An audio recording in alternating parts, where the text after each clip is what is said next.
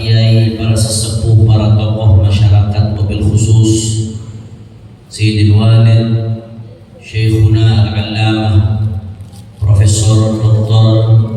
Al-Habib Aqil bin Husain Al-Munawwar Al-Alawi Al-Husaini, yang sebetulnya saya sungkan berbicara kalau sudah ada beliau. Idza hadara al-ma' batala tayammum. Kalau sudah ada air, debu agak laku lagi. Kemarin sekitar 3 bulan yang lalu saya berujian disertasi doktoral, pengujinya beliau. Jadi saya khawatir kemarin udah lulus, gara-gara di sini ujian yang kedua kali jadi nggak lulus. Itu doakan mudah-mudahan beliau Allah masih panjang umur, sehat walafiat, dijaga zahir batinnya, dimenangkan perjuangannya, dan kita terus mendapatkan keberkahan ilmu beliau. Amin ya rabbal alamin. Begitu juga guru kita, ketua DKM Masjid Nurul Falah, Darul Falah, itu Kiai Haji Muhammad Fikri. Juga di sini ada Habib Ahmad bin Yahya dan semuanya, para kiai, para tuan-tuan guru, para habaib. Tidak saya sebutkan satu persatu tanpa mengurangi rasa hormat dan ta'zim saya kepada beliau-beliau semua. Kita doakan mudah-mudahan guru-guru kita, ulama kita, kiai kita, masyayikh kita, Allah panjangkan umurnya, Allah sehatkan badannya, Allah jaga zahir batinnya, Allah menangkan perjuangannya. Amin ya rabbal. Dan salam penghormatan yang paling istimewa saya hadiahkan kepada hadirin hadirat, muslimin muslimat, mukminin mukminat yang hadir pada kesempatan kali ini. Semua angkat tangannya, kita minta sama Allah, mudah-mudahan berkat Maulid Nabi tidaklah kita keluar dari tempat ini kecuali semua dosa kita diampuni oleh Allah. Yang sakit Allah angkat penyakitnya, Allah sehatkan badannya. Semua yang hadir dilapangkan rezekinya, diberkahi kehidupannya. Amin ya rabbal ahibba'il kiram. Alhamdulillah, pada malam hari ini kita sama-sama berkumpul tidak lain dan tidak bukan dalam rangka memperingati Maulid Agung baginda Nabi besar Muhammad sallallahu alaihi wasallam bersama Masjid Darul Falah. Saudara, Nabi yang kita rayakan Maulidnya pada malam hari ini adalah Al-Insanul Kamil, manusia yang sempurna. Saudara, kalau bicara soal Rasulullah sallallahu alaihi wasallam, maka Rasulullah sempurna di dalam berbagai aspek kehidupannya. Ketampanannya sempurna, kecerdasannya sempurna, kepemimpinannya sempurna.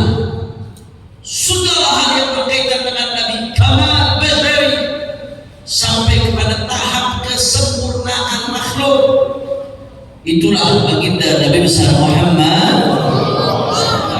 Dan di antara sekian bentuk kesempurnaan yang ada pada Nabi, beliau sempurna sebagai seorang muallim, guru, pengajar, pendidik. Anda tidak akan pernah menemukan guru, pengajar, pendidik yang lebih hebat dari Rasulullah sallallahu alaihi wasallam. Saking hebatnya kita punya Nabi sebagai guru, pengajar, pendidik, sampai-sampai Allah sendiri yang menyatakan dalam Al-Quran, faqala ta'ala walladzi ba'atsa fil ummiyina rasulan minhum yatlu 'alaihim ayatihi wa yuzakkihim wa yu'allimuhum al-kitaba wal hikmah wa in kanu min qablu lafi dhalalin mubin. Shadaqallahul 'azim. Apa kata Allah Ta'ala, saudara, ketika menggambarkan diutusnya baginda Nabi besar Muhammad sallallahu alaihi wasallam? Untuk apa Nabi Muhammad diutus? Kata Allah, yatlu 'alaihim ayatihi, untuk membacakan kepada umat ini ayat-ayatnya Al-Quran.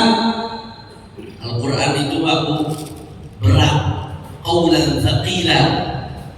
Al-Quran itu gunung pun gak mampu nanggung Al-Quran.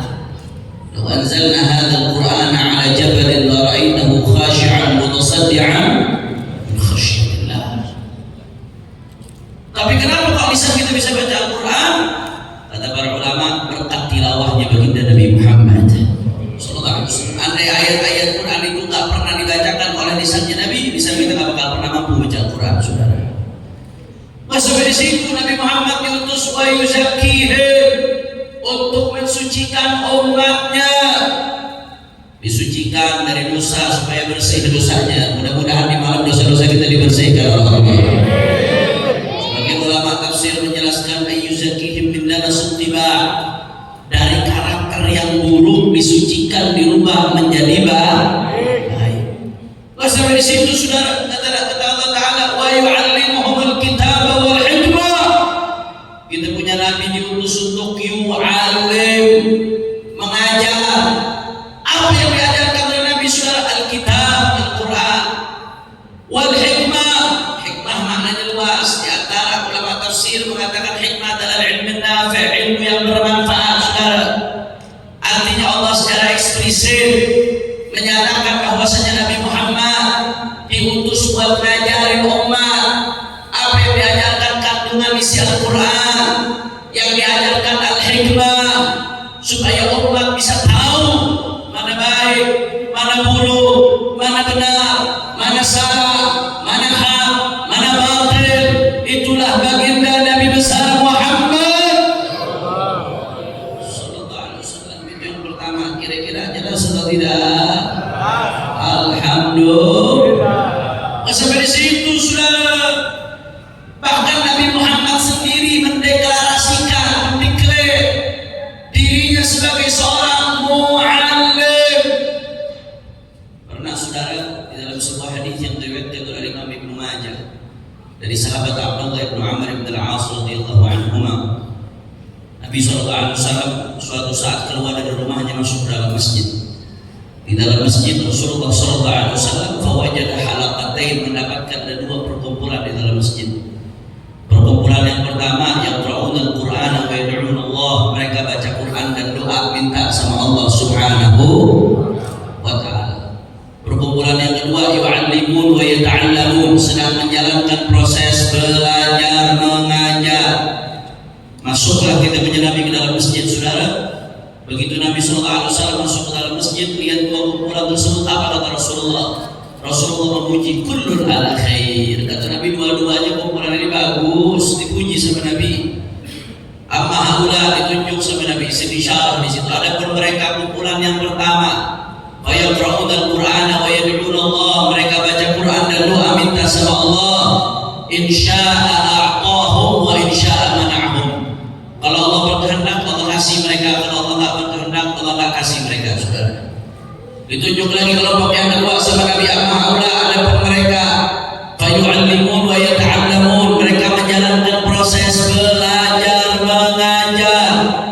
Saudara, Anda tahu, begitu Nabi tunjuk kelompok yang kedua yang sedang menjalankan proses belajar mengajar, di sini Nabi mendeklarasikan, saudara, innama bu'ithtu mu'alliman. Kata Rasulullah, aku diutus tidak lain dan tidak bukan sebagai guru, sebagai pengajar, sebagai pendidik. Itulah baginda Nabi besar Muhammad sallallahu alaihi wasallam. Kira-kira jelas apa enggak? Ini yang saya ingin garis bawahi. Guru, pengajar, pendidik, mu'allim. Akhirnya Rasulullah memilih untuk duduk bersama kelompok yang sedang menjalankan proses belajar mengajar, saudara. Bukan cuma Allah yang mengakui Nabi sebagai seorang guru, saudara. Bukan cuma Nabi Muhammad sendiri yang mendeklarasikan dirinya sebagai seorang guru, mu'allim, tapi ternyata para sahabat pun demikian. Sahabat juga memposisikan Nabi sebagai al-mu'allimul a'zam, guru yang paling besar, saudara. Dalam sebuah hadis yang diriwayatkan oleh Imam Muslim dalam sahihnya dari sahabat Muawiyah bin Hakam As-Sulami radhiyallahu anhu. Pernah suatu saat Muawiyah bin Hakam As-Sulami ini, Bapak Ibu sekalian, sholat jadi makmum di belakangnya Rasulullah Sallallahu alaihi wasallam. Begitu beliau sholat jadi makmum di belakang Nabi, ketika itu ada salah satu sahabat yang bangkis. Petukangan maksudnya nih. Petukangan utara, orang petukangan tahu bangkis. Kalau tahu asli gitu. Bersin. Ada satu makmum yang bersin. Begitu ada satu makmum bersin, saudara, ini sahabat Muawiyah bin Hakam As-Sulami refleks ngomong ke yang bersin, yarhamukallah, mudah-mudahan kamu dirahmati Allah. Saya mau tanya di jamaah Nurul Falah, lagi sholat ngomong sama orang, batal apa enggak? Batal, saudara.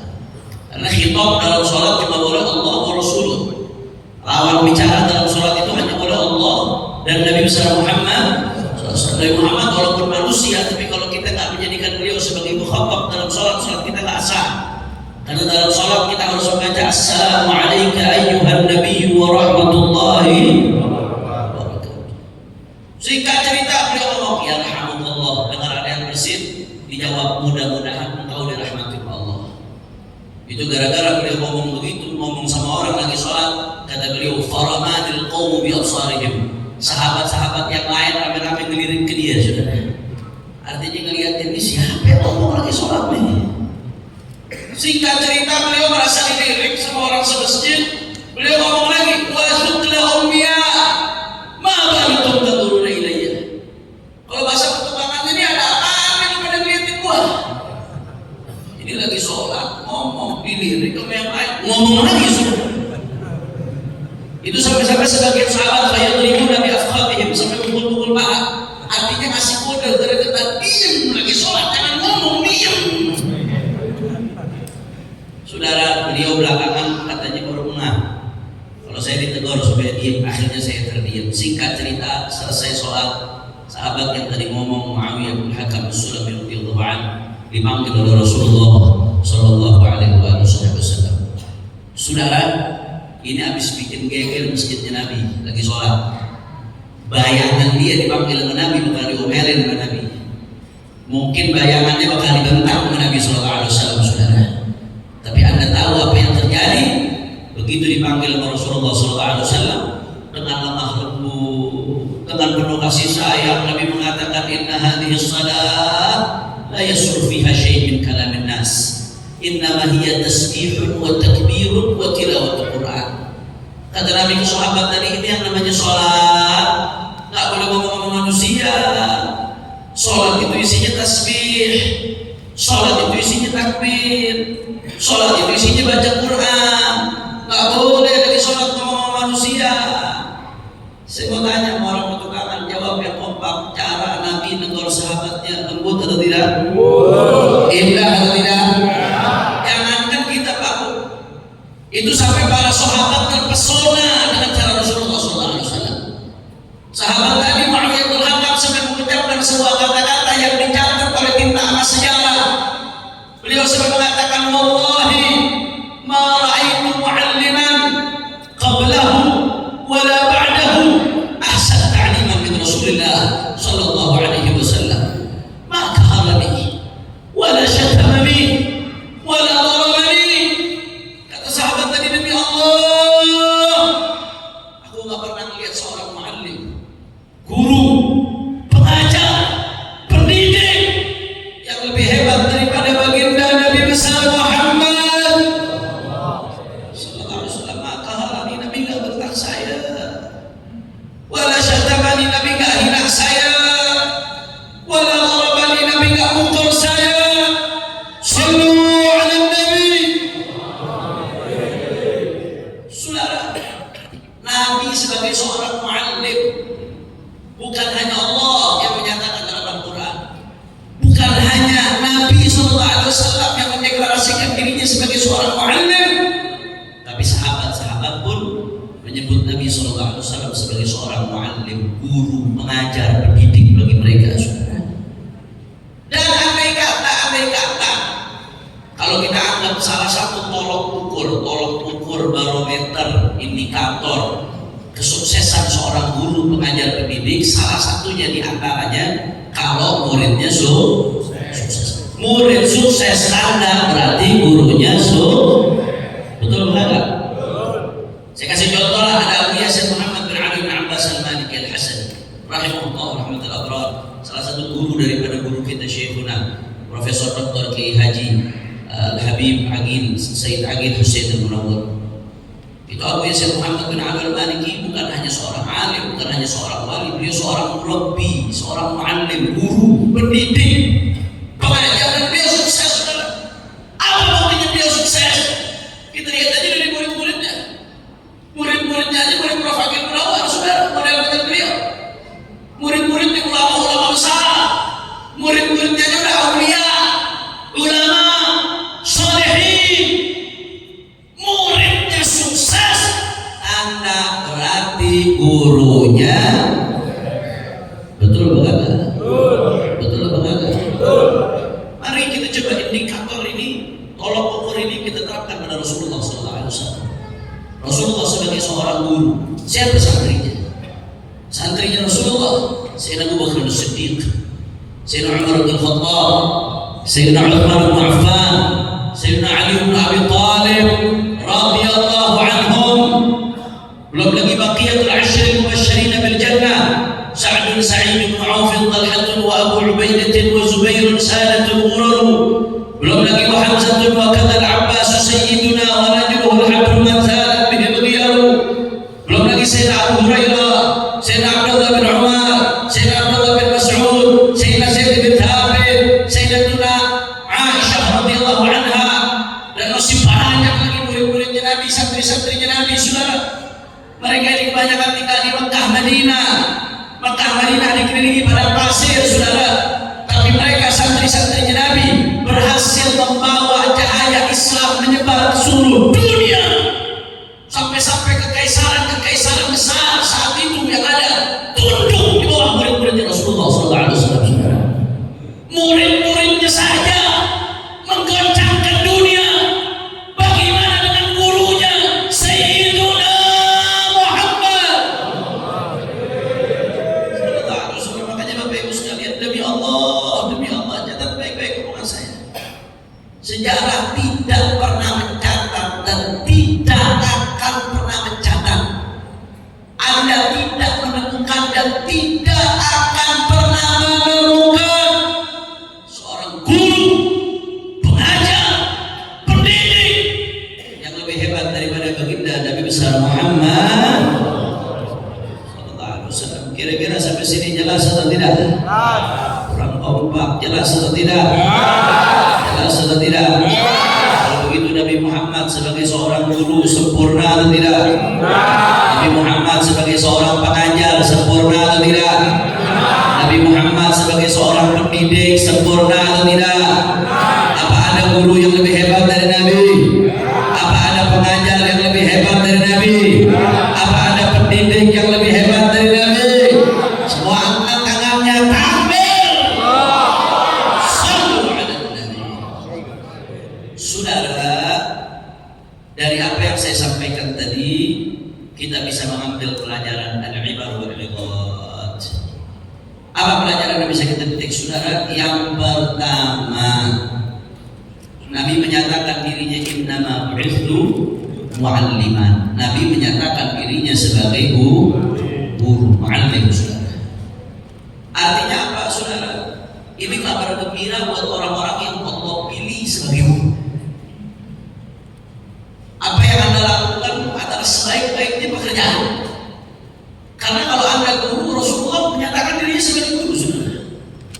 Maka pekerjaan apa, perilaku apa yang lebih baik daripada sesuatu yang dilakukan oleh baginda Nabi besar Muhammad sallallahu alaihi wasallam. Apapun penyebutannya, mau disebut kiai, mau disebut ustaz, mau disebut dosen, mau disebut pak guru, bu guru, asalkan ajarkan ilmunya Rasulullah, berarti Anda sudah satu rel dengan Nabi Muhammad sallallahu alaihi wasallam.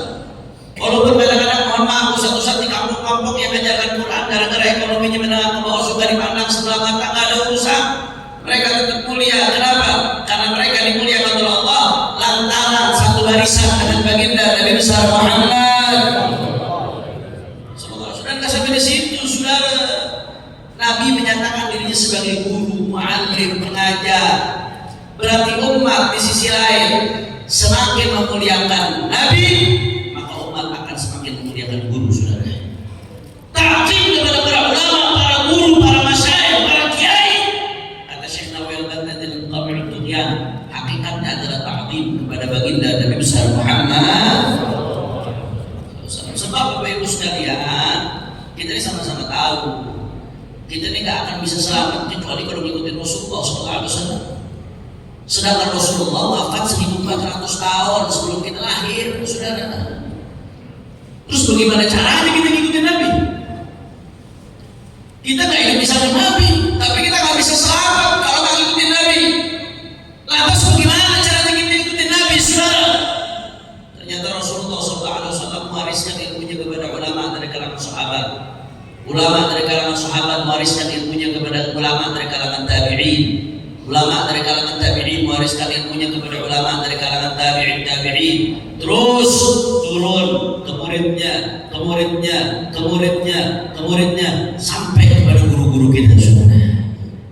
Guru-guru kita yang ngajarin kita bagaimana caranya ngikutin Rasulullah Sallallahu Alaihi Wasallam. Guru kita belajar sama gurunya, gurunya belajar sama gurunya lagi, gurunya belajar sama gurunya lagi. Terus sampai kepada tabi'in, sampai kepada sahabat, sampai kepada baginda Nabi besar Muhammad Sallallahu Alaihi Wasallam. Makanya ketika kita menghormati guru, hakikatnya kita menghormati Rasulullah. Kenapa? Karena mereka pintu kita buat menuju Rasulullah. Tanpa guru kita gak kenal Nabi Muhammad. Tanpa Nabi Muhammad kita gak kenal Allah. Makanya ada istilah laulal murabbi ma'araftu Rabbi. Tanpa guru Rabbi pendidik kita gak kenal Tuhan. Kenapa? Karena tanpa guru kita gak tahu ajaran Nabi. Tanpa tahu ajaran Nabi kita gak tahu Allah, saudara. Kira-kira jelas apa kagak? Makanya kita kesel kemarin, belum lama ini ada di TV rame. Ada seorang kiai ulama besar, Kiai Haji Akbar Mansur, pimpinan pondok pesantren Lirboyo. Mudah-mudahan beliau dijaga oleh Allah Ta'ala, dan mudah-mudahan kita dapat keberkahan ilmu beliau. Amin ya Rabbal. Kiai Akbar Mansur itu orang Masya Allah, Pak, udah sepuh. Dari masa mudanya dihabisin buat ngajar. Lirboyo ini, Pak, salah satu pesantren dengan jumlah santri terbesar di Indonesia. Belum lama guru kita Kiai Haji Profesor Abdul Nawar memberikan kuliah umum di Lirboyo. Itu santri yang mukimnya 45.000, bukan alumni, santri yang mukim. Itu setiap tahun berapa ribu fuqaha dicetak sama Lirboyo, saudara. Nggak main-main. Ini pondok berdiri dari sebelum Indonesia merdeka, didirikan oleh Syekh Kiai Haji Pak Abdul Karim, murid daripada Kiai Haji Khalil Al-Bangkalani, Pampalan Madura. Mudah-mudahan kita dapat keberkahan beliau insyaallah. Ya, saya besar anak Nabi, saudara. Itu Kiai Haji Akbar Mansur, itu saking semangatnya ngajar, udah sepuh, udah tua. Kalau bulan Ramadan itu ngajar dari habis subuh, dari habis sahur sampai zuhur. Begitu zuhur kaget, loh, wes zuhur dah. Bayangin orang sepuh ngajar dari habis subuh sampai zuhur. Kita mau denger pengajian aja dari subuh sampai zuhur, kagak kuat, saudara. Ada yang satu jemaah Nurul Falah. Ini kalau satu pengajian kita lanjut sampai jam 3 malam. Ini begitu sampai zuhur, wes zuhur dah, udah zuhur dah. Matanya udah nggak awas, Pak. Itu saking pengennya ngajar, ngelihat kita pakai ngajar besar. Hidupnya dihabisin buat pendidik umat, pendidik santri. Jadi TV dihina, direndahin. Dibilang kiainya kaya, santrinya miskin. Kok santri kasih duit ke kiai? Ya, bilang aja lu sirik, saudara. Betul apa? Kami ini santri menghormati kiai-kiai kami, guru-guru kami, bukan karena keputusan, bukan.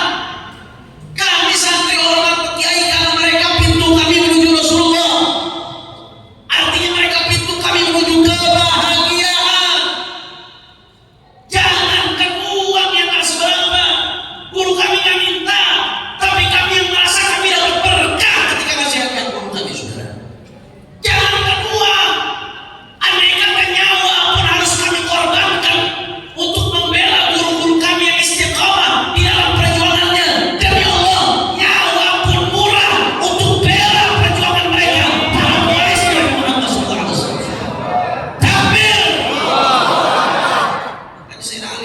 Thalib, babu Madinah ilmi Rasulullah sallallahu alaihi wasallam. Pintu kota ilmunya Rasulullah sallallahu alaihi wasallam. Sayyidina Ali bin Abi Thalib, saudara. Kalau Rasulullah mengibaratkan ana Madinatul ilmi wa Aliyun babuha. Kata Rasulullah, kalau aku kota ilmu, Sayyidina Ali adalah pintunya, saudara. Al-Allama Al-Ghumari nulis satu kitab khusus untuk menganalisis dan mengambil kesimpulan hadis ini hadis sahih, bisa dipertanggungjawabkan sumbernya. Ana Madinatul ilmi wa Aliyun babuha. Sayyidina Ali pintu kota ilmunya Nabi, mantunya Rasulullah. Yang sahabat sedikit disebutnya nama Nabi. Sepupunya Rasulullah, khalifah keempatnya Rasulullah. Tapi meski demikian Sayyidina Ali ajarin kita adab, ajarin kita akhlak. Bagaimana Sayyidina Ali mengatakan sebagaimana dikutip dalam Ta'limul Muta'allim, kata Sayyidina Ali bin Abi Thalib, ana 'abdu man 'allamani harfan wahidan. Insya'a ba'ani wa insya'a sarqani. Kata Sayyidina Ali, aku ini adalah budak bagi siapapun yang mengajarkan kepadaku harfan wahidan, walaupun satu huruf, saudara. Bukan berarti Sayyidina Ali itu bisa diperjualbelikan. Sayyidina Ali itu beliau guru, Syekhul Masyayikh Sayyidina Ali bin Abi Thalib, saudara. Tapi beliau mengajar kita akhlak. Saking besarnya jasa guru, beliau sampai memposisikan dirinya sebagai budak bagi orang yang mengajarkan beliau walaupun lebih satu huruf, saudara. Sallallahu alaihi Nabi Muhammad. Makanya kemarin di hari santri saya bilang, kalau sekarang takdim kepada guru, hormat kepada guru dianggap feodalisme, dianggap sebagai perbudakan modern. Sahabat DI gak ada urusan buat saya, saudara. Lau sirtu 'abdan bi khidmati syuyuhi wa ihtiramihim falyashhadil thaqalan annani aftakhir an akuna 'abdan mamlukan lahum. Saya mengatakan kalau aku harus dianggap budak saya kalau dianggap harus dianggap budak sebagai santri gara-gara saya hormat sama guru saya, gara-gara saya ta'zim kepada mereka, khidmat kepada guru-guru saya harus dianggap budak. Biarin, silahkan jin dan manusia saksikan, ya saya bangga dianggap budaknya guru-guru saya, saudara. Allahumma shalli ala Muhammad. Begini nggak ngerti. Kita hormat ulama, hakikatnya bukan ulama yang kita hormati, tapi hakikatnya kita hormat mereka, guru-guru kita, kiai-kiai kita, sebagai pintu kita untuk menuju baginda Nabi besar Muhammad. Karena Nabi mengatakan innama bu'ithu mu'allima. Gak sampai di situ, saudara. Nabi ngomong innama bu'ithu mu'allima, aku diutus sebagai guru. Ini juga jadi peringatan buat pemerintah nih. Semakin pemerintah hormat takdim kepada guru, memperhatikan nasib para guru, berarti semakin tinggi hormatnya kepada Nabi. Kadang-kadang saya sedih, Pak, melihat guru-guru, saudara, apapun mau yang negeri, yang swasta, yang formal dan formal, mereka berjasa loh, Pak, saudara. Betul? Kadang-kadang kita lihat guru-guru honorer di pelosok-pelosok gaji sebulan 300.000, saudara. Gaji sebulan 200.000 buat beli kuota juga nggak cukup, saudara. Masya Allah, ya di satu sisi betul, guru dituntut buat ikhlas, betul, iya betul. Tapi begitu gue ngomongin pemerintah langsung mati-mati. Di satu sisi benar, guru dituntut buat ikhlas. Keberkahan ilmu murid itu dari keikhlasan guru.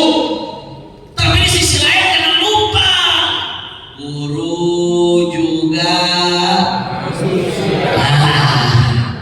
lama-lama betua-tua semua berarti. Punya anak, punya bini, punya keluarga, kebutuhannya mesti juga dipenuhi, saudara, betul? Giliran guru gajinya kecil, giliran anggota DPR gajinya gede. Ada jawab yang tunjuk orang pertukangan, guru anggota DPR, mana yang lebih bermanfaat? Guru. Mana yang lebih berjasa? Guru. Mana yang lebih berguna buat umat? Makanya saya mengajak jamaah Masjid Darul Falah buat sidang di malam hari ini. Saya pengen dengar pendapat, nanti hasilnya kita jadikan undang-undang pertukangan, saudara. Setuju? Setuju. Ayo saya mau dengar pendapatnya, kira-kira orang pertukangan kalau gaji guru ditukar sama gaji anggota DPR, setuju atau tidak? Allahumma shalli ala Muhammad. Allahumma shalli ala Muhammad. Ayo semua jawab yang kompak kalau begitu. Siap hormat kepada para guru, siap takdim kepada mereka, siap ikut jejak mereka, siap berjuang bersama mereka. Semua angkat tangannya, takbir.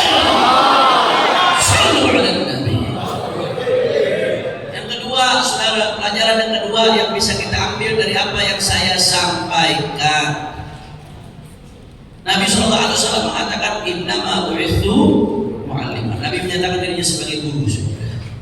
Saudara, kalau kita belajar bahasa Arab, kita ngaji usul fikih, Niqayatul Usul, Jawame, itu disebutkan innama tufidul hasr. Kata-kata innama menunjukkan makna hasr. Artinya apa? Kalau kita arti pada bahasa kita ini, Nabi SAW ngomong, aku diutus sesungguhnya tidak lain dan tidak bukan sebagai muallim, pendidik. Artinya saudara, Nabi sampai menyatakan visi misi diutusnya Nabi untuk visi misi pendidikan. Ini jadi isyarat saudara. Nabi pengen kasih tahu kita, Nabi sampai menjadikan pendidikan sebagai visi misi diutusnya Nabi saudara. Nabi berarti pengen kasih isyarat kepada kita saking pentingnya pendidikan. Betul?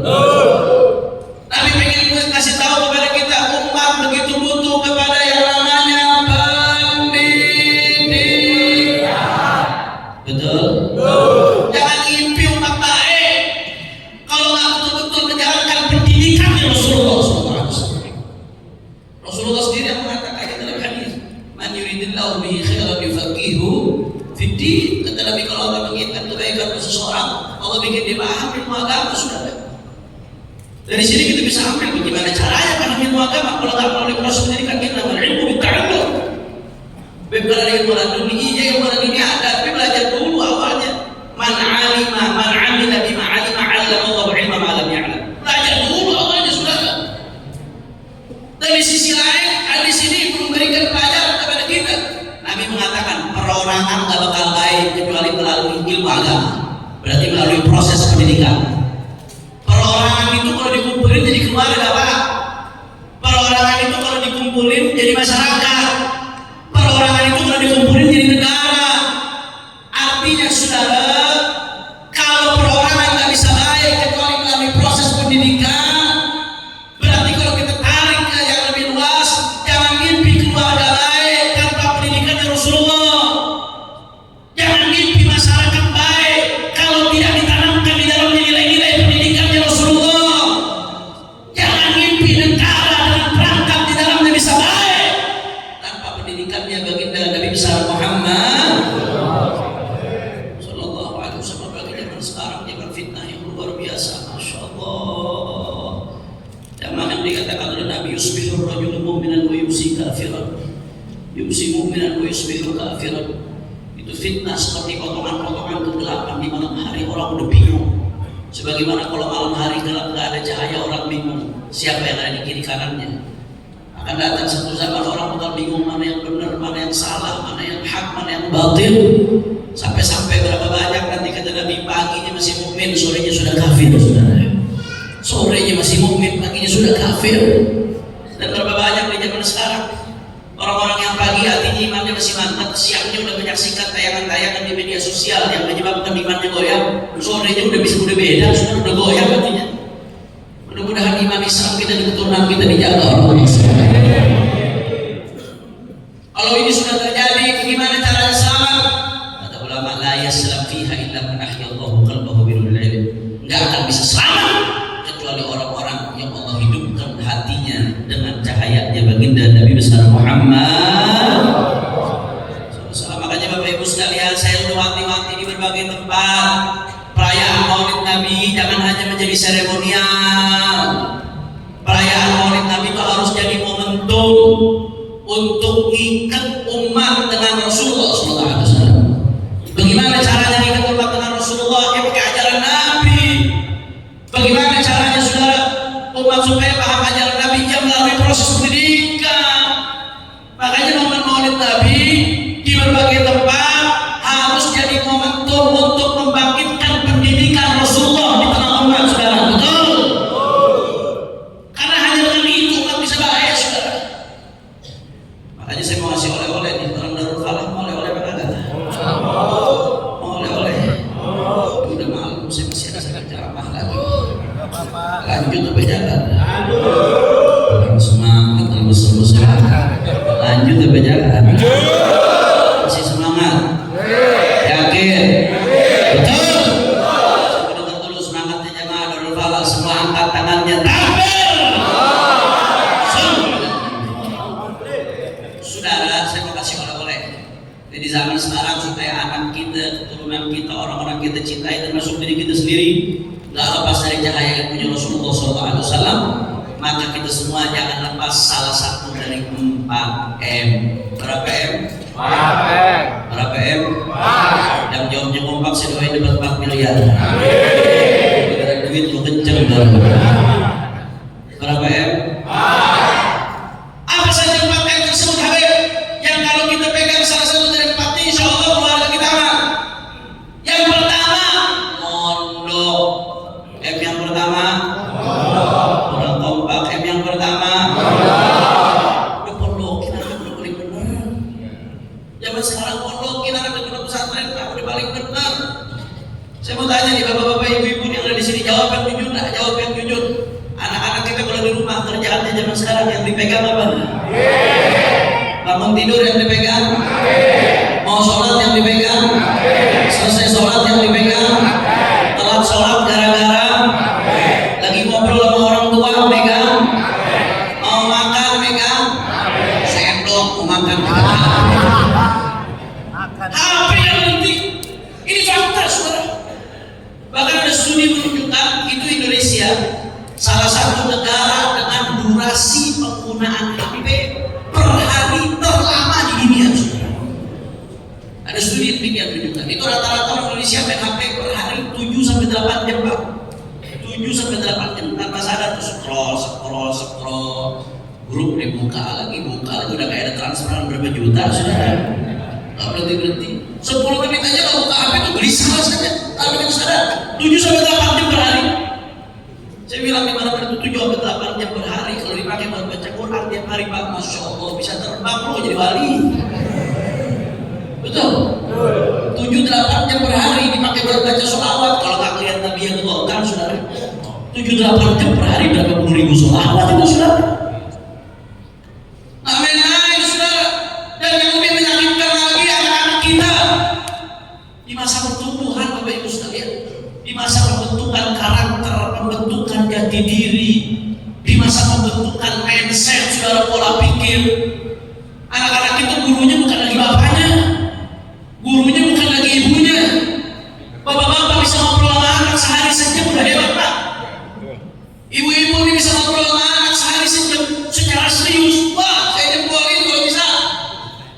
Bahkan di sekolah-sekolah guru pada dulu anak-anak di sekolah belajarnya di sekolah, otaknya di medsos, saudara.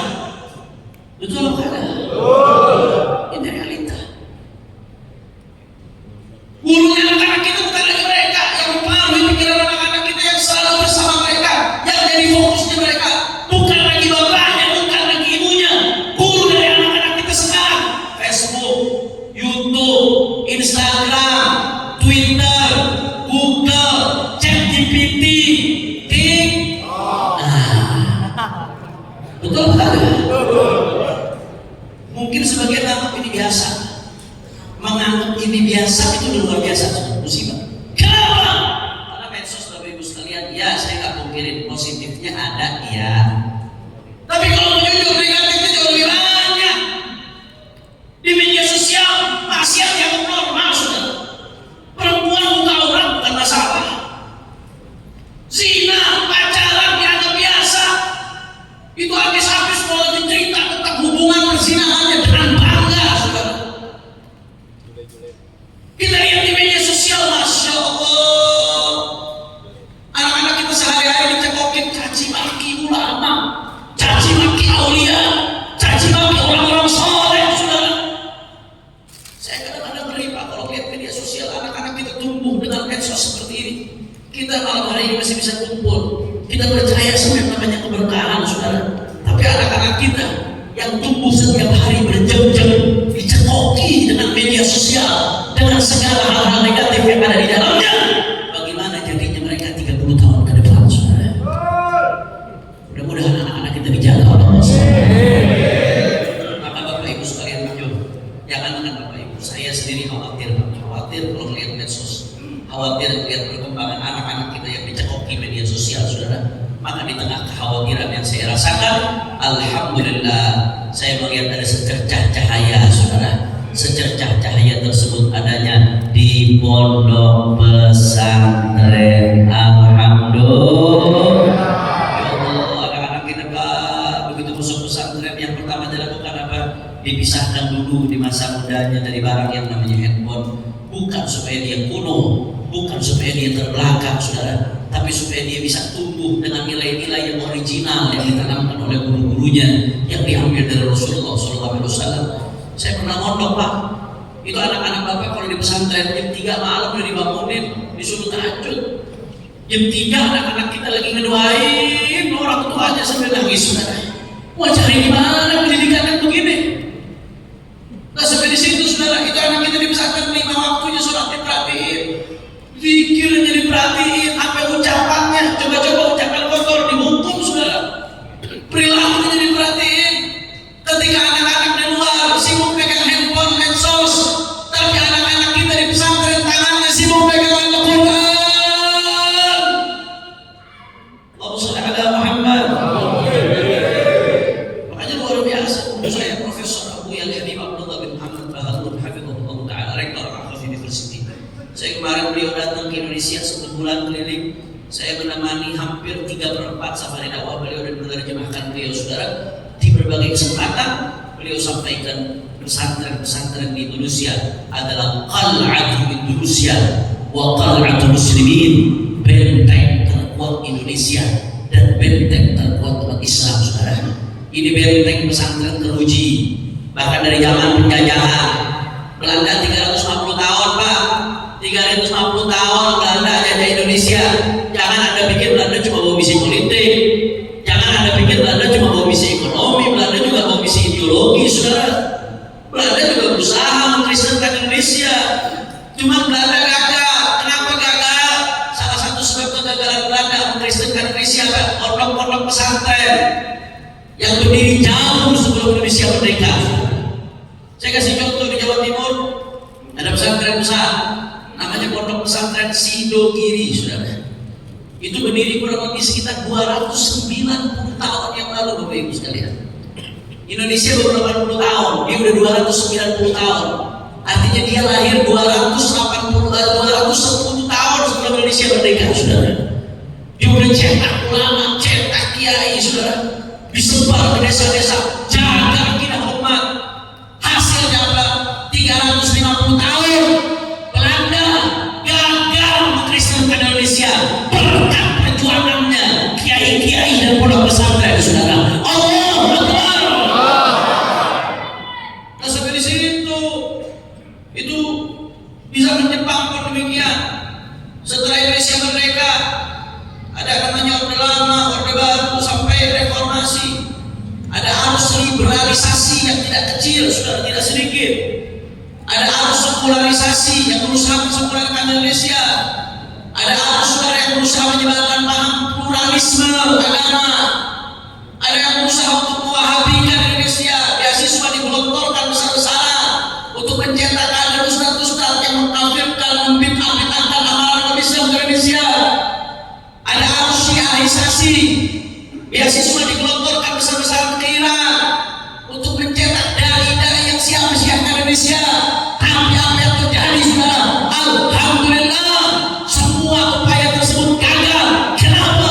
Di antara sebabnya karena banyaknya pesantren-pesantren yang berdiri kokoh menjadi benteng Ahlus Sunnah wal Jamaah di Indonesia saudara. Allahu Akbar. Saya mau tanya, jawab kalau begitu. Peran pondok pesantren besar atau tidak? Peran pondok pesantren dahsyat atau tidak? Peran pondok pesantren penting atau tidak? Hati-hati kata guru saya Profesor Abdullah Baharun, jangan kaget. Pesantren ini benteng Indonesia, benteng umat Islam. Maka kalau mau nyerang satu daerah, bentengnya dulu bisa dihancurin saudara. Benteng hancur, dalamnya tinggal dihabisin setelah itu. Dan ini terjadi. Ada orang-orang yang rasakan saudara. Ada orang-orang yang sadar paham betul selama pesantren masih berdiri kokoh, Indonesia sulit untuk dihancurkan. Maka mereka akan berusaha menghancurkan benteng tersebut. Dan sekarang ini terjadi saudara. Coba ada sedikit aja kesalahan pesantren, Masya Allah, dibesar-besarin langsung dibunuh besar-besaran. 1-2 oknum di pesantren ini melakukan penyimpangan seksual. Kita mengejar itu salah dan kita minta itu dihukum seberat-beratnya. Setuju? Tapi masalahnya begitu ada yang udah begitu, dibunuh besar-besaran.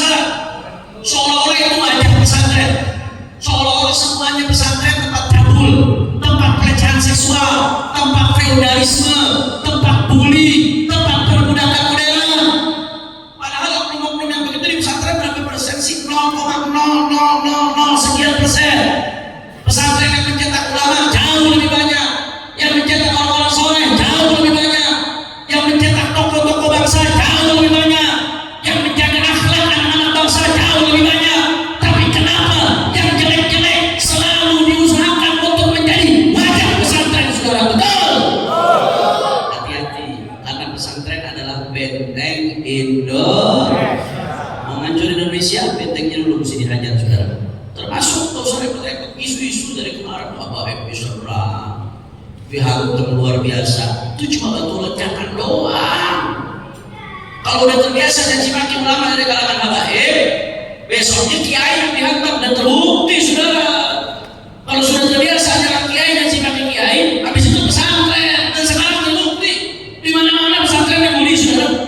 Dan kalau sudah pesantren yang dihajar, maka yang akan dihajar Islam Indonesia. Makanya saya mau tanya semua jawab yang Bapak, kalau begitu siap jadi jaga pondok pesantren? Ya. Bapak siap jaga pondok pesantren? Ya. Siap support pondok pesantren? Ya. Siap kawal pondok pesantren? Ya. Siap hidupkan pondok-pondok pesantren? Semua angkat tangannya, takbir! Jadi M yang pertama apa ya? Kalau semua tuh belum pada makan apa? Sama aku juga. M yang pertama apa? Habib saya nggak bisa, Habib. Anak nggak bisa kalau pondok kejauhan. Ya udah nggak apa-apa, ambil M yang kedua, madrasah. M yang kedua apa? Madrasah. Udah kompak. M yang kedua apa? Madrasah. Banyak kok madrasah yang bagus. Saya heran kadang-kadang orang Islam suka gengsi masukin anaknya ke madrasah. Kalau anaknya masuk madrasah nanti keunggulan, nggak keren. Padahal di madrasah anak-anak kita dapat pendidikan dunia, dapat juga pendidikan akhir. Habib, gimana Habib? Anak saya udah terlanjur masuk ke sekolah madrasah, kalau keluar lagi biaya lagi besar. Atau udah terlanjur kuliah, Habib, tadinya nggak sempat pesantren, nggak sempat madrasah, bagaimana Habib? Nggak apa-apa, nggak ada masalah. Kalau demikian ambil M yang ketiga. Apa M yang ketiga? Mengaji. M yang ketiga apa? Kurang kompak. M yang ketiga apa? Tadi M yang pertama? Kalau nggak bisa mondok, M yang kedua? Nggak bisa madrasah, M yang ketiga? Silahkan anak-anak belajar ilmu apapun setinggi-tingginya, silahkan. Mau belajar dimanapun sampai sehebat-hebatnya, silahkan. Tapi jangan lupa ngaji. Jangan sampai teori manusia yang tinggi-tinggi dia bisa taklukkan, tapi firman Allah bacanya tidak bisa. Sial banget hidup kita nggak bisa baca Al-Quran, saudara. Betul? Ngaji. Pulang dari kuliah, pulang dari mana-mana, anak kita sediakan guru ngaji di rumah. Kalau nggak bisa, nggak mampu biayanya, suruh ngaji di kampung. Minimal bisa baca Quran, minimal tahu halal haram, minimal tahu bagaimana cara ibadah, dan minimal besok supaya kalau kita mati ada yang bacain Quran, saudara. Mau ngandelin siapa besok setelah kita mati? Mau ngandelin tetangga? Tetangga begitu 7 hari beseknya habis, doanya selesai juga, saudara. Betul apa kagak? Yang kita harapin bisa ngedoain kita ya anak-anak kita. Ada orang kaya raya, duitnya miliaran, aset di mana-mana, jabatan tinggi, popularitasnya luar biasa. Tapi begitu mati yang tahu apa yang terjadi, saudara?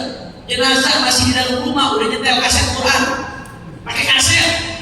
Ditanya ini kemana anak-anak nggak bisa, nggak ada yang ngaji. Ternyata anaknya nggak bisa baca Quran, saudara. Kalau udah itu terjadi, apa artinya duit? Apa artinya jabatan?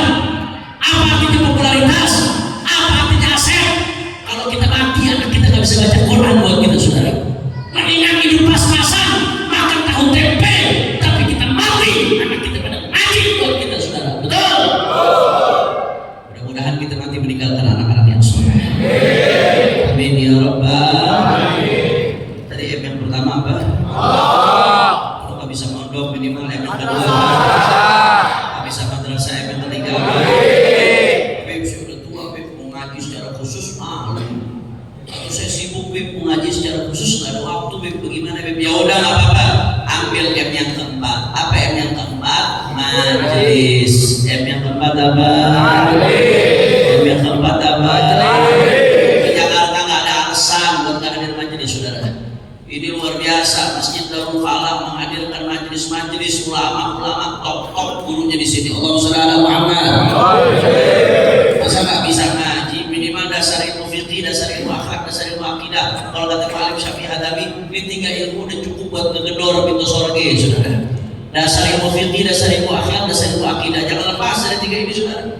Nggak ada alasan buat nggak ada majelis seperti di Jakarta dan sekitarnya. Di mana-mana ada majelis.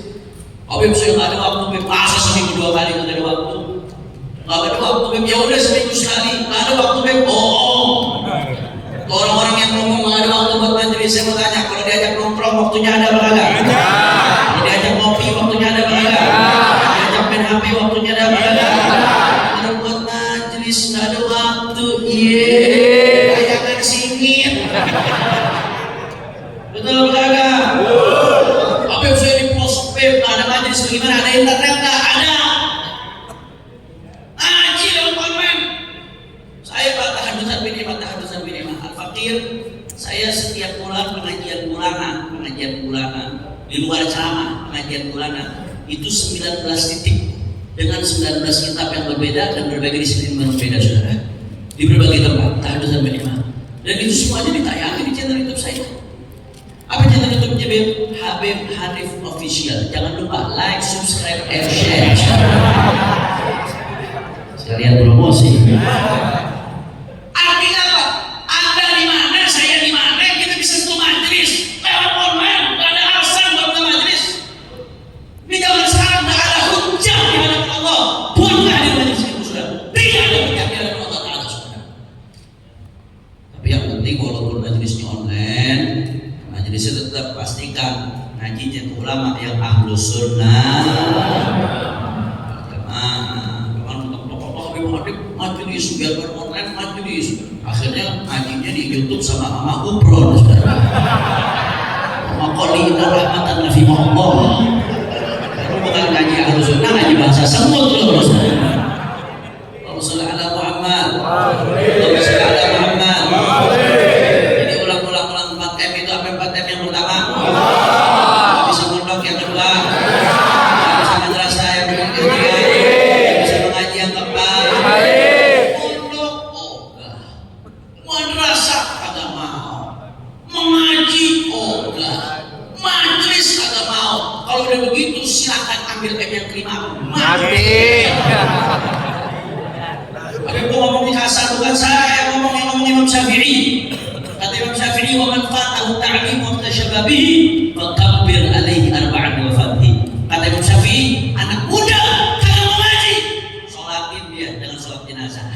Kabbir alaihi arba'an wa fadhi. Jadi besok-besok orang Pertukangan Utara kalau melihat anak muda di pinggir jalan disuruh ngaji kagak mau, masukin ke keranda. Kalau minta ke polisi bilang yang nyuruh Ustaz Rizki. Allahumma sholli ala Muhammad. Allahumma sholli ala Muhammad. Coba ulang lagi. M yang pertama nggak bisa mondok. M yang kedua nggak bisa madrasah. M yang ketiga nggak bisa mengaji. M yang keempat nggak bisa. M yang kelima ini pengen gue mati loh. Allahumma sholli ala Muhammad. Oleh karena itu, saudara, saya tegaskan lagi, momentum Maulid Nabi SAW jangan hanya jadi sekedar seremonial, tapi momentum Maulid Nabi harus jadi momentum untuk ikat umat dengan Rasulullah SAW. Bagaimana cara ikat umat dengan Rasulullah? Ya dengan ajarannya, saudara. Bagaimana, saudara, cara umat tahu ajarannya? Tanpa melalui proses pendidikan. Maka momentum Maulid Nabi di berbagai tempat harus jadi momentum untuk membangkitkan spirit innama bu'ithu mu'alliman yang sudah dikatakan oleh baginda Nabi besar Muhammad SAW. Kalau sudah perorangan karena pendidikannya Rasulullah, bukan jadi perorangan yang baik. Keluarga dapat pendidikannya Rasulullah, bukan jadi keluarga yang baik. Masyarakat dapat pendidikan ilmunya Rasulullah, bukan jadi masyarakat yang baik. Termasuk negara dapat pendidikan ilmunya Rasulullah, insya Allah segala perangkatnya akan menjadi negara yang baik, insya Allah. Maka sekali lagi semua jawab yang kompak, siap hidupkan pendidikan Islam, siap hidupkan pondok pesantren, siap hidupkan pondok pesantren, siap hidupkan madrasah, siap ngaji, siap hidupkan majelis-majelis taklim. Semua angkat tangannya, takbir, takbir. Terakhir sebagai penutup, sama-sama kita baca sholawat. Kita niatin, mudah-mudahan barokah sholawat. Yang punya hajat Allah kabul hajatnya, yang sakit Allah angkat penyakitnya, Allah sehatkan badannya. Semua yang hadir dilapangkan rezekinya, diberkahi kehidupannya. Dan kita doa mudah-mudahan barokah sholawat. Jangan pernah lupa doain saudara-saudara kita di Palestina. Mudah-mudahan berkatnya Rasulullah, saudara-saudara kita di Palestina Allah kasih merdeka, Gaza merdeka. Mudah-mudahan berkat Rasulullah Israel hancur, Amerika hancur, sekutu-sekutunya hancur. Amin ya Rabbal. Dan sama-sama hadrah ikut, tapi backing vokal jangan ikut, biar jamaah jadi backing vokal. Siap kita goncangkan petukangan dengan sholawat? Siap goncangkan petukangan dengan sholawat? Allahumma sholli ala Muhammad. Ayo sama-sama semuanya, semua. Allahumma sholli ala sayyidina Muhammad wa asyril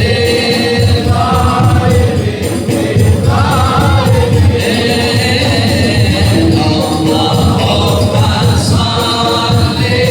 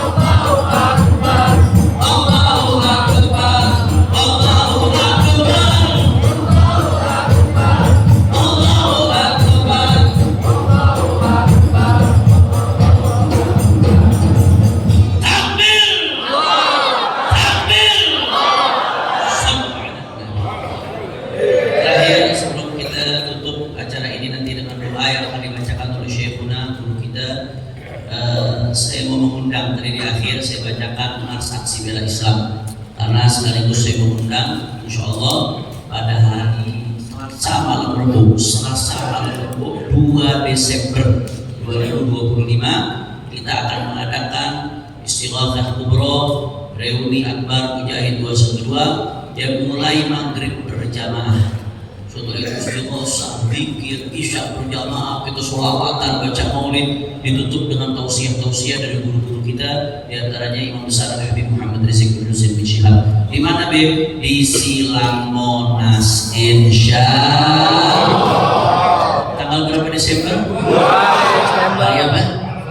Selasa malam. Biasanya subuh kita bikin, cuma ini karena hari aktif kita bikinnya maghrib biar yang udah pulang kerja bisa hadir, yang udah pulang sekolah bisa hadir insyaallah. Ya, jadi Selasa malam Rabu 2 Desember Petukangan Utara kosongin dulu pindah ke Monas kita.